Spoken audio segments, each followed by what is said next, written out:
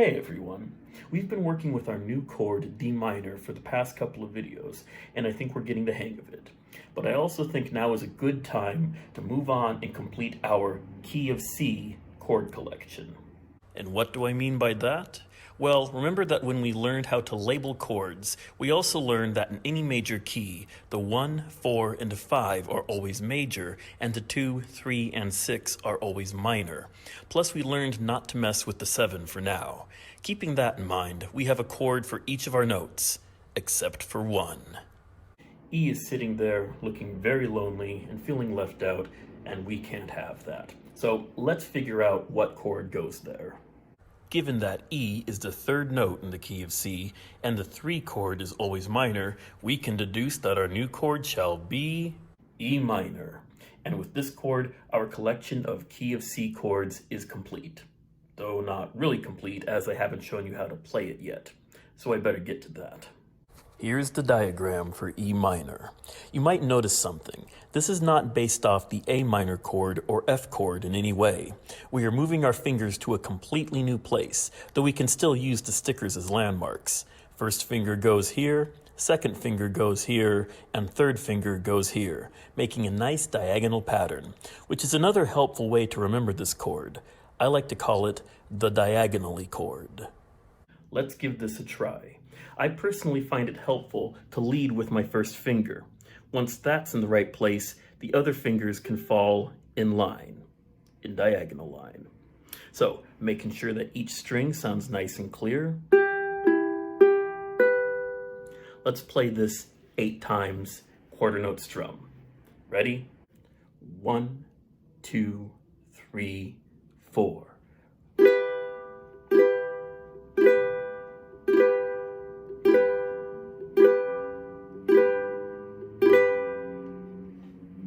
Right? Very nice. But now what we're going to do is work this into a chord progression. And for that, we are returning to our famous 1, 5, 6, 4. In the key of C, of course. So our chords will be C, G, A minor, F. To not forget how this goes, let's play through it. And it's pretty familiar, so we'll do 4 strums per chord. 1, 2, 3, and.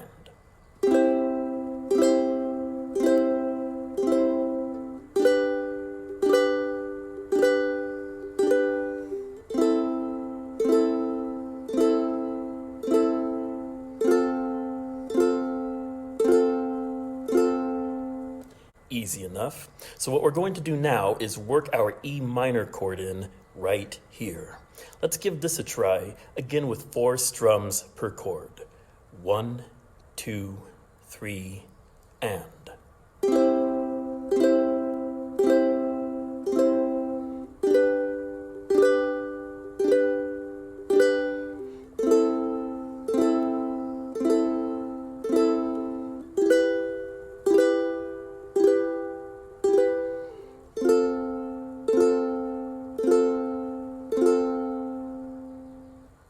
That's not too bad, but it's a little awkward. That's not really a great place to end, and it feels uneven. So let's throw a C in at the end and make it resolve. 1, 2, 3, and.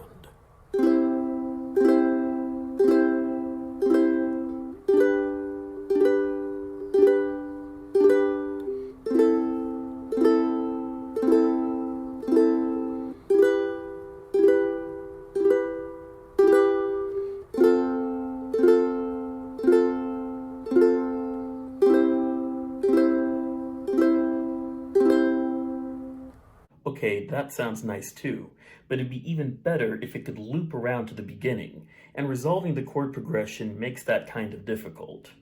So let's add 2 more chords, another F and then a G, and see how that works. We'll play it again, this time with 2 strums per chord, and try looping it 1 time. Ready? 1, 2, 3, and.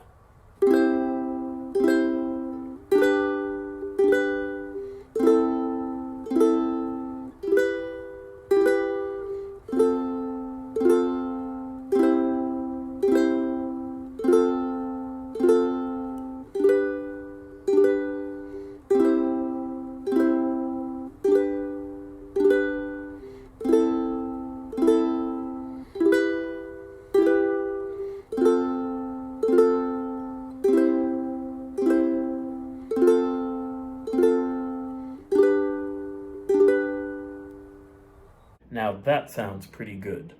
And kind of familiar, right? Well, spoiler alert everyone, I didn't come up with this.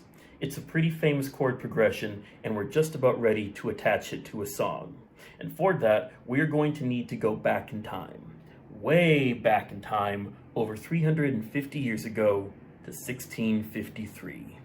It was in that year, in Nuremberg, Germany, that a musician named Johann Pachelbel was born. Though the exact dates are uncertain, it's believed he lived from 1653 to 1706 and was a highly sought-after organist, composer, and teacher during the Baroque era of classical music. He also ended up being a sizable influence to another famous Baroque musician. In 1677, while working in the German city Eisenach for the Duke Johann George I, he met a man named Johann Ambrosius Bach. In 1678, after moving to Erfurt, he started giving music lessons to Bach's son, Johann Christoph Bach, who in turn gave music lessons to his younger brother, Johann Sebastian Bach. And in case you're wondering, this is the one you've heard of. And if you were keeping track, yes, there were 5 people in that story who all had the name of Johann. I forgot to mention, Pachelbel also became godfather to Bach Sr.'s daughter. Want to guess what her name was? Johanna. You can't make this stuff up. But when he wasn't busy meeting or working for people named Johann, Pachelbel wrote over 530 pieces of music in his life that we know of. But one piece stuck out among all the rest, his Canon in D, which would eventually become known as Pachelbel's Canon.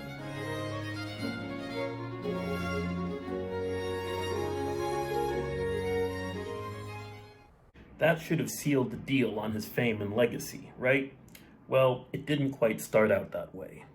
Though Pachelbel was hugely popular during his lifetime, his music, along with most other Baroque composers, including Bach, fell out of fashion in the mid-18th century and was largely forgotten about.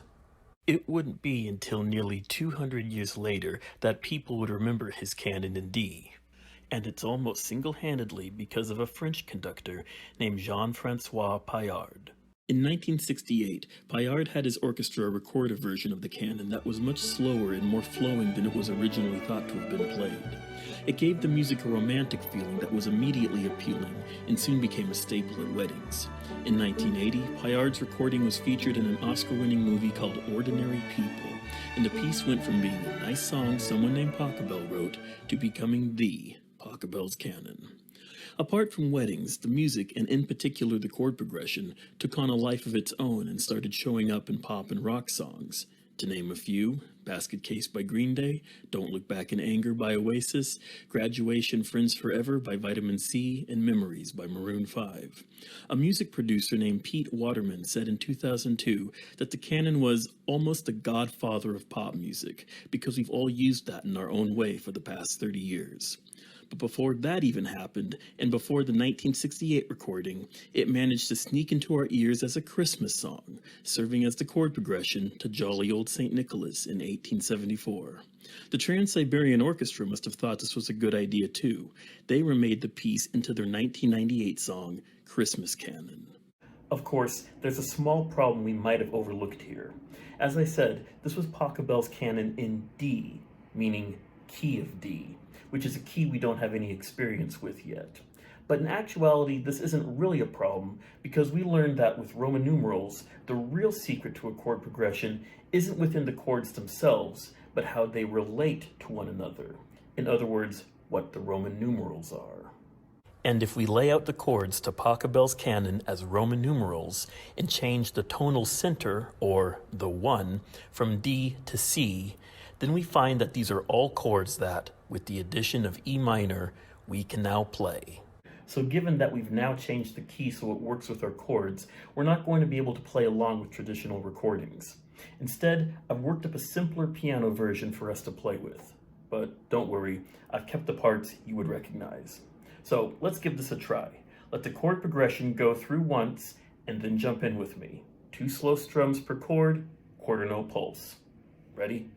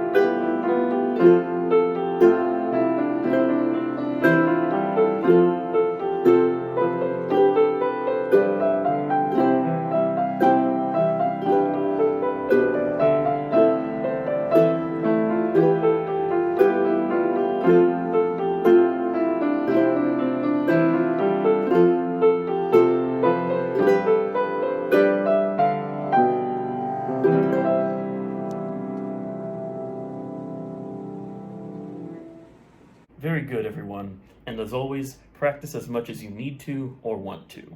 But now we're going to set Pachelbel aside for a minute and look at something else within our chords. But we're not setting Pachelbel too far aside because we're going to need his music again in just a bit. We've looked at chords, we've looked at tablature, and we've looked at individual notes, but we haven't delved very deep into which notes go into which chords. There is a method here. Generally, a chord has 3 different notes in it. Sometimes it's more, and sometimes it's less. But your basic, store-bought, non-upgraded chord has 3 different notes. And we're going to figure out what one of those notes is. And believe me when I say, this may be the easiest thing you figure out today. Let's start with this fact that we already know. Every chord is named after a note, right? We've got our C major chord, our D minor chord, our G major chord, etc., etc. Well, the one important note that we really can't do without is that note that the chord is named after. And when we are talking about that note like a root that everything else grows out of, we give it a very logical name, the root note. Did I tell you this was easy? Take any chord, even one you don't know how to play, take the note it's named after, and that's the root note. So for C major, that would be C. For G major, that would be G. And for A minor, that would be only A. Don't make this mistake, everyone. Only chords and keys are major and minor. Notes are just notes. They're not one way or the other until you add more to them. So an A minor chord and an A major chord both have the root note of A. Even a chord like this, an F half diminished 7th chord with a suspended 2, root note is F. So with this new fascinating information, let's bring back our Pachelbel chord progression and find the root notes for every chord. And just in case I haven't played up enough how easy this is, here's the rundown. C, G, A, E, F, C, F, and G. So now that we've figured that out, we've got to figure out how to play these notes. But that's pretty easy too, since we've done all of this before. Back when we were learning to label chords, we attached notes to tablature and went over the C major scale. Let's review this to get it back in our hands. Ready? 1, 2, 3, and.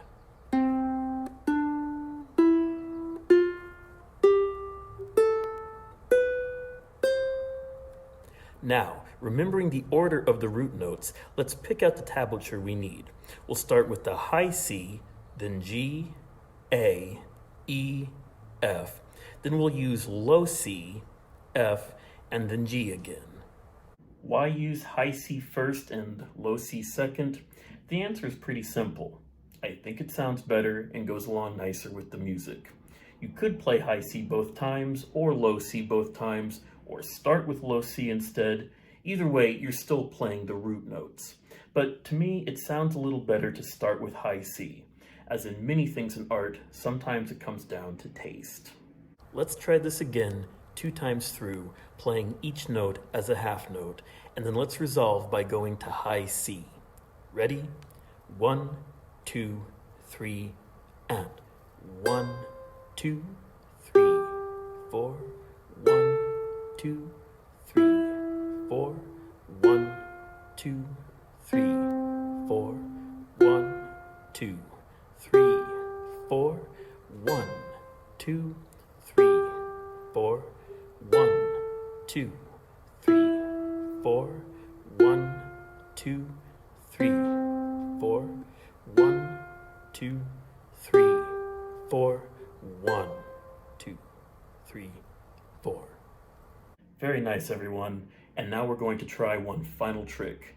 We're going to play along with our piano track again, but this time we're going to mix things up and use root notes and chords. First 2 times through the progression, we'll play each root note on half note beats. Then, to change things up, we'll switch to chords for the next 2 rounds, but stay on half note beats. Then for our last 2 rounds, we'll go back to quarter notes. Confused? Don't worry, I'll help out with different chord pictures and tablature. Ready? Let's do it. 1, 2, 3, and.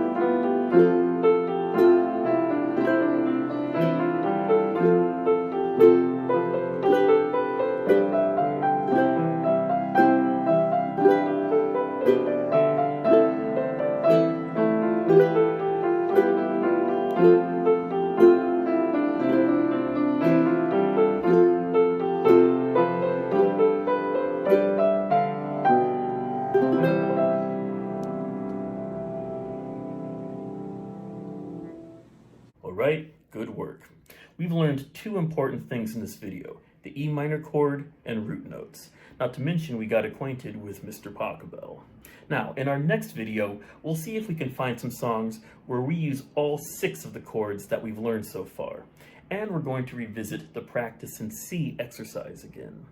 We've had plenty of experience with tablature, so now it's time to connect the notes to the traditional staff. Alright, until then, see you everybody.